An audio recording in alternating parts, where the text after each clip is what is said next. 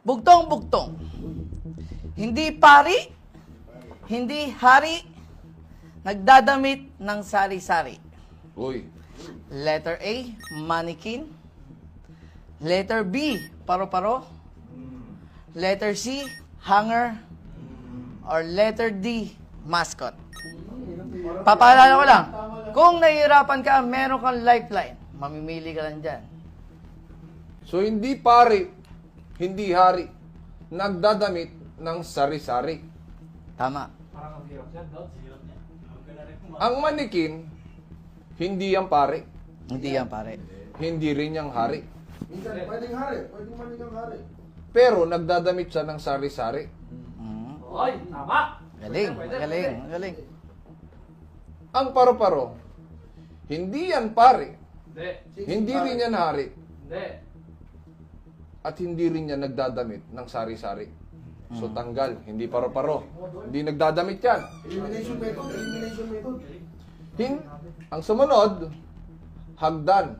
Ay, hanger pala. Hanger, hanger. Sa mga... Ang hanger, hindi yan pari. Oh. Hindi rin yan hari. Oh. Pero nagdadamit siya, literal ng sari-sari. Ayun. Pasok yan, kasama yan, hanger yan. At higit sa lahat, mascot. Grabe ka, Einstein ang... Hindi siya pari, hindi siya hari, nagdadamit ng sari-sari.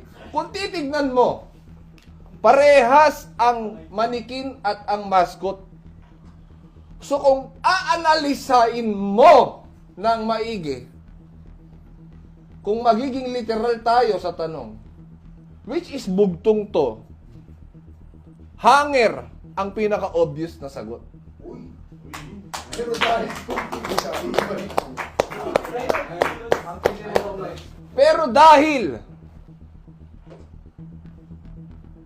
iba ang gusto niyang mangyari, ang isasagot ko ay yung wala doon sa tatlo, which is paro-paro. Is that your final answer? Sa process of elimination, siya lang ang natanggal.